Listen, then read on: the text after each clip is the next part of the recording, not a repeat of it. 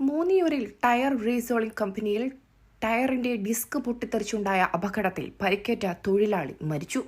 West Bengal Uttar Dinajpur സ്വദേശി ലക്ഷ്യ അൻസാരിയുടെ മകൻ 19 വയസ്സുകാരൻ ഇമ്രാൻ അൻസാരിയാണ് മരിച്ചത്. വിളിബുക്ക് ആലുങ്ങൽ കുന്നത്ത് ഇടുക്കി ടയേഴ്സ് എന്ന ടയർ റീസോളിംഗ് കമ്പനിയിലാണ് അപകടമുണ്ടായത്. ടയർ റീസോളിംഗിനിടെ ടയറിന്റെ ഡിസ്ക് പൊട്ടിത്തെറിച്ചാണ് അപകടമുണ്ടായത്. ബുധനാഴ്ച രാത്രിയാണ് സംഭവം. പൊട്ടിത്തെറിയിൽ സ്ഥാപനത്തിന്റെ മേൽക്കൂരയും തകർന്നിരുന്നു. ഇമ്രാനും മറ്റൊരു തൊഴിലാളിയുമാണ് ഉണ്ടായിരുന്നത്. ഇരുവർക്കും പരിക്കേറ്റു. ഗുരുതരമായി പരിക്കേറ്റ ഇമ്രാൻ കോഴിക്കോട് മെഡിക്കൽ കോളേജിൽ ചികിത്സയിലായിരുന്നു. രാത്രിയോടെ മരണപ്പെട്ടു. മൃതദേഹം വെള്ളിയാഴ്ച വൈകിട്ട് നാട്ടിലേക്ക് കൊണ്ടുപോയി. News desk, Tirurangadi today.